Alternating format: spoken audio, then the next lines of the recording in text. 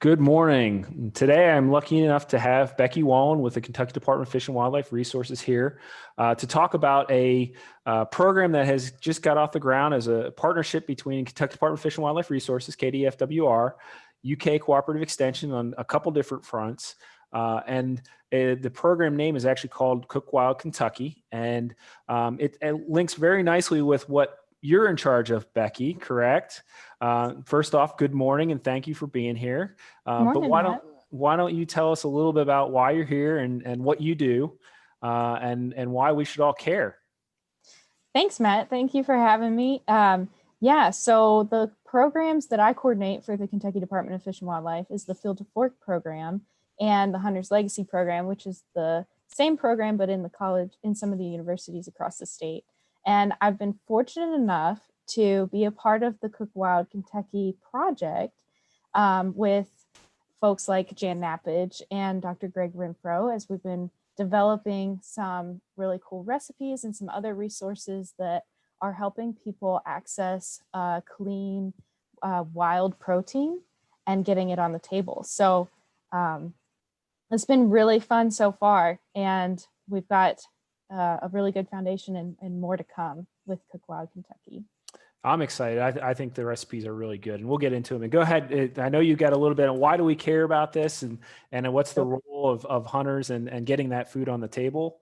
So you want to walk us? I mean, there's a lot going on here. You want to walk us through a little bit? Yeah, these are just a couple of points I wanted to talk about, how hunting is conservation and why that should matter to folks. Something that is not necessarily always common knowledge is that wildlife conservation efforts in Kentucky and across the nation are primarily funded through the sales of hunting and license for hunting and fishing licenses. So that money goes towards not just the typical species that you think of that are targeted for hunting and fishing, but also things like our pollinators and our bats and our salamanders.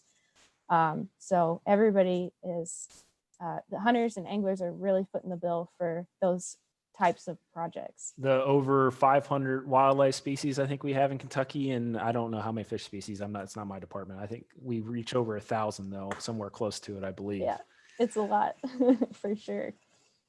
So something else that's pretty interesting is that you can imagine we've got the deer, we've got the elk, we've got these big game species, but we don't have the predators anymore. So wildlife managers are relying on hunters to be the management tool to keep these populations in check so that we don't have things like diseases and people and wildlife problems. And you probably know a lot from the ag side. It keeps me busy. Yeah. And also what almost happened to me yesterday morning, which was hit a deer on the way into work. So yes, that's an unfortunate, pretty big issue, especially in our northern part of the state where the population's really high. So we've got all of these hunters and anglers out there, and they're not only paying for their hunting and fishing licenses, but they're also contributing to the local economy. And it's actually a $1.5 billion industry in Kentucky.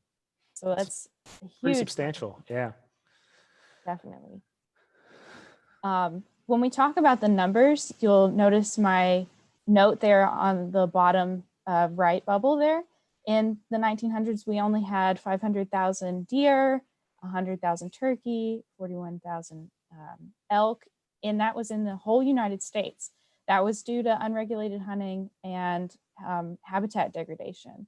But now we have some really great populations, and we have over 908,000 deer in Kentucky alone.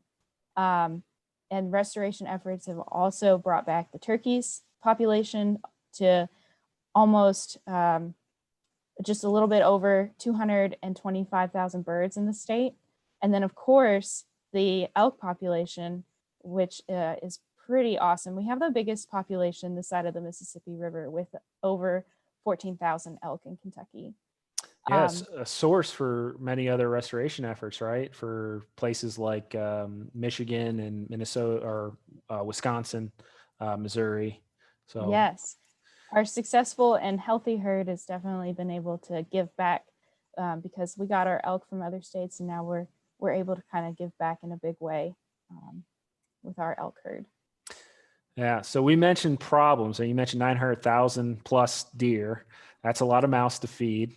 And unfortunate. And even with hunting as a management tool, an activity I personally partake in, but I can only utilize about 2 to 3 deer a year for my family and consuming them. Is there options? I mean, there's some farmers that need, that have property that they're farming that they may need to take out 30 or 40 deer to lower the amount of damage they have in the property. There are options so that resource that we fought so hard to conserve doesn't go to waste. Yeah, I'm glad you brought that up because it's the same in my family. We take about 4 deer, and that's all we can take. But if you're interested in continuing to go out into the field, be an active steward of the environment through wildlife management, you can continue to hunt and donate your extra deer to this wonderful program, Hunters for the Hungry. So they're making the connection between the overabundance of deer in the state, the hunters that are interested in going out, or the farmers who need extra deer taken off of their property so that they can maintain their crop, and all of the hungry folks in Kentucky that need protein in their diet. They need to access these resources. So Hunters for the Hungry makes that possible. Now, as someone that's an active but small participant in the Cook Wild program, this is really kind of where the Cook Wild Kentucky program came from, isn't it? With a lot of folks that were getting donated meat and didn't know what to do with it. And sometimes were even throwing it out because they didn't know how to make it. Yes, exactly. So the disconnect was noticed. It was brought to the attention of the Kentucky Nutrition Education Program, and Cook Wild was born from that. Let's go ahead. So the first step was, okay, let's teach folks how to use the meat.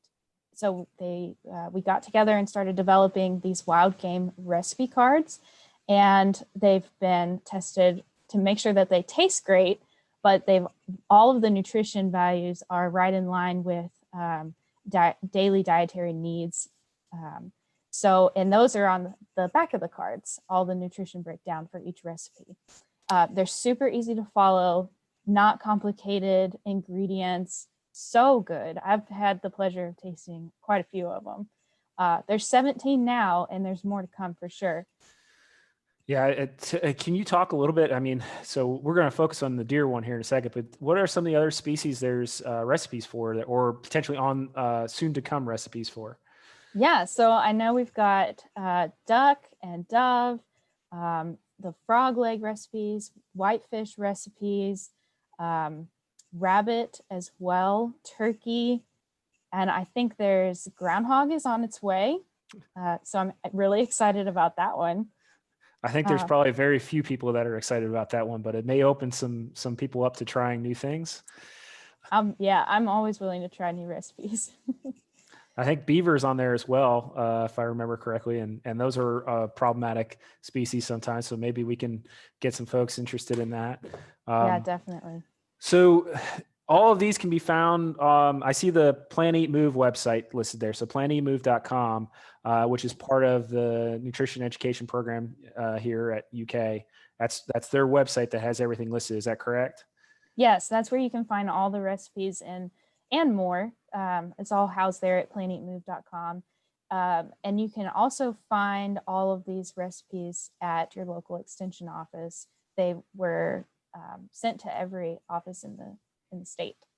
So they'll be in those little cards like we have for the other. Oh, awesome. So they can go to their extension office and request those cards for what they need then. Excellent.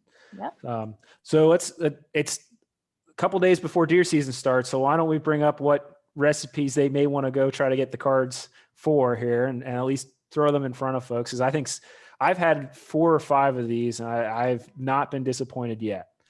Right. Same here for sure. There's We wanted to give a lot of options for venison because that is one of the most accessible meats, especially the donated meats through Hunters for the Hungry.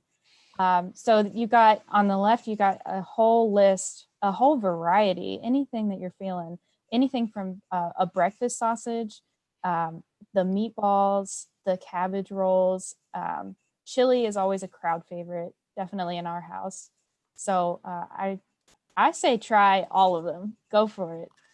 It's definitely a variety, and probably more to come, because this, as you mentioned, this is probably the number one game species consumed in North America, to be honest. So we talk about eating venison, and maybe some folks are not hunting right now, and they may have some friends that have given them some venison, or maybe they unfortunately had to use the food bank's venison. Is there a way they could potentially look at how they could get their own venison? Here, perfect idea. So how do you go from eating the food to getting we're kind of going in reverse order here, where you're coming home with venison usually, and then you get to the food. Now we're talking about getting the food. How do we get to the other parts? Yeah, good question. So if you're really excited about wild game meat and you want it to be on your table and share it with your friends and family, you may be interested in trying hunting for yourself. So there are a couple of educational opportunities in the state. This is the Field to Fork program that I mentioned that I coordinate for Kentucky. We host public workshops all across the state, and they not only teach you how to hunt and everything that leads up to the hunt, but what do you do after you've been successful in harvesting an animal? So how do you get the meat from the field to your Subaru to your table, right? And how do you trim it up and package it and save it for the future, and then cooking and eating, it all goes together in one nice program. So you're basically in charge of, so we have the conservation camps for the kids. This is now like adult conservation camp, right? So if they have any interest in outdoor activities, whether it be hunting or fishing, this is the program that they want to look into. For sure, yes. And we do have the sister program, Hook and Cook, same thing. How to fish, how to tie a knot, what bait to use, where to go, and then how to fillet the fish once you've caught him. Excellent. Yeah. So right now we have the Field to Fork program for deer, turkey, squirrel, and dove. Squirrel being the newest program, we've been able to have one workshop paired with a mentored hunt on public land. And it's just been a really fun time watching this program grow, going out on these mentored hunts with folks that need that first hunt opportunity paired with an experienced mentor in the field to help answer questions or offer any guidance that they need. And we'll hopefully get back to in-person programs here pretty soon. Yeah, you've been a little limited with COVID, and you guys have been putting on webinars on that I think you can find from your links in the Field to Fork program, and they're regularly occurring. Now, one of the things that we have going here, that's the other part of your title, right? So you're the coordinator for Field to Fork, but you're also the coordinator for the Legacies program. You want to briefly touch on that in case there's some folks here at the university or any of these other universities that are paying attention, maybe their children are at those universities? Yeah, definitely. If you're going to one of these universities, or if you know someone that is, you can find us on campus at any of these 6 locations. And it's the same program, but for the university students, we just package it in a way that is better for them to coordinate with their schedules, because we know the academic year is kind of hectic, and we have a good time. So reach out to us. Yeah, or if you're at UK, reach out to me, because I'm the one that kind of coordinates our activities here. And we have had 2 hunts, 3 hunts, 2 hunts, 1 turkey and one deer hunt, and had some folks and students that are continuing on and buying hunting licenses and putting food on their table, and love the experience. And it's a great opportunity to learn with your peers, and I always enjoy it too. So yeah, super fun. So if anybody's interested in any of the upcoming events, here's some places to kind of check in and follow.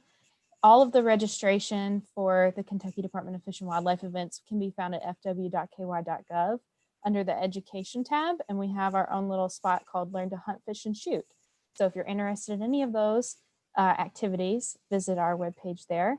And then of course, the nutrition education program, we put the Plan, Eat, Move website up a little bit earlier, but I will say right now they're doing Cook Wild Wednesdays.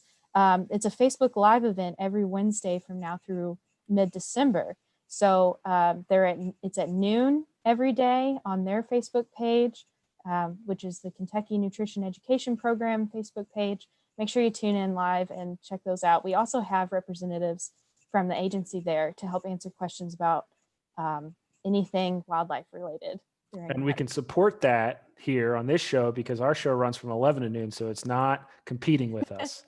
So perfect. That was probably on purpose.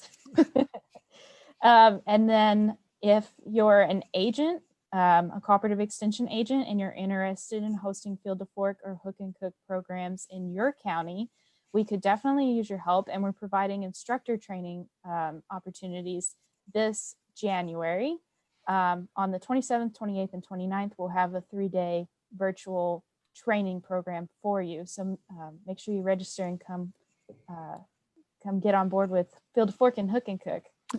Now, real quick, I'm going to bring this up because you talked to our extension agents here. And you mentioned when you do the mentored hunts, it was on public property. Are you exclusively doing the mentored hunts on public property, or if there's private property, will you use private property?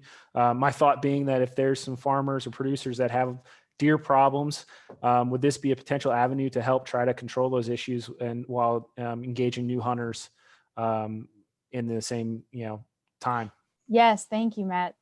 We definitely we would love to contact be in contact with any private landowner that needed some deer taken off the property. We've done that in the past, been highly successful. It's been a great experience for the new hunters.